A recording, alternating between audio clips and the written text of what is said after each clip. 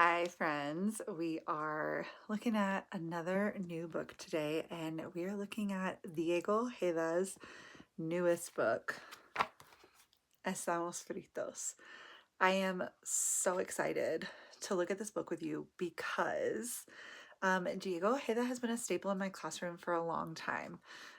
Diego has written, I'm going to guess off the top of my head, I think it's around 10 poetry books, maybe a little bit more. But his poetry ranges from level one poems to really complicated and advanced poems about the weather, about the struggles during COVID of making friends and connecting with people, to everything in between, which is incredible that he has taken so much time and put so much effort into putting that many topics into poetry. And when I first came across Diego's works, I added them to my library kind of hesitantly because I was like, poetry, kids are going to be into poetry. But they actually, like, there are kids that love it. And if you know anything about me, you know that one thing that I really, really prioritize is finding a book for every kid and finding something that every kid wants to read. And there are kids whose niche is poetry. So we added Diego's books and they were a hit. And I'm really excited because Estamos Fritos is not a poetry book. We are seeing Diego Ojeda expand into some novels, and it's really exciting for me because there are kids who I have that love his books. Like with any other author, when kids find an author they really can relate to and they like to read, they read them and they read them and they read them, and then they want something different, or you run out of books. And so I'm really excited for those kids who have enjoyed the poetry by Diego to put Estamos Fritos in front of them and have them check out Estamos Fritos as a novel. So Estamos Fritos is a novel about Max. Max is our main character, and Max is starting middle school.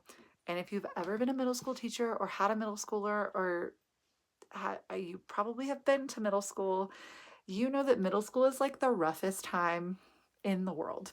And I'm going to read you the sentence off the back cover because I think it sums up perfectly both the book and middle school. It says, they are learning to navigate rumors, misunderstandings, big emotions, and slowly discovering that not everything that feels scary is actually bad. That is middle school in a sentence, friends. So not only is it a very good summary of like what the book is about, but it's just a good summary of life for kids. Like if all a kid does is read this back cover and go, oh wait, maybe it's not all that bad. That would be an excellent takeaway from having this book in your library, for your kids to just learn not everything is actually that bad. Um, so it's a funny story, but it has a good message behind it. And it is a good journey for students to, I think, read and go, you know what, that was kind of my journey at some point. Um, Diego has it listed as a level one, level two book, or for heritage speakers that are learning to build confidence.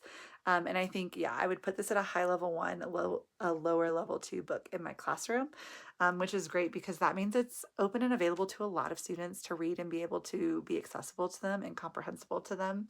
So shout out to Diego Ojeda, who actually sent me this book twice because Amazon is not always reliable. So thank you so much, Diego. This is an adorable story. I hope you are adding this to your library. I will put the link in the comments for you to add this book to your library. And I so look forward to seeing you next time. Have a great rest of your day.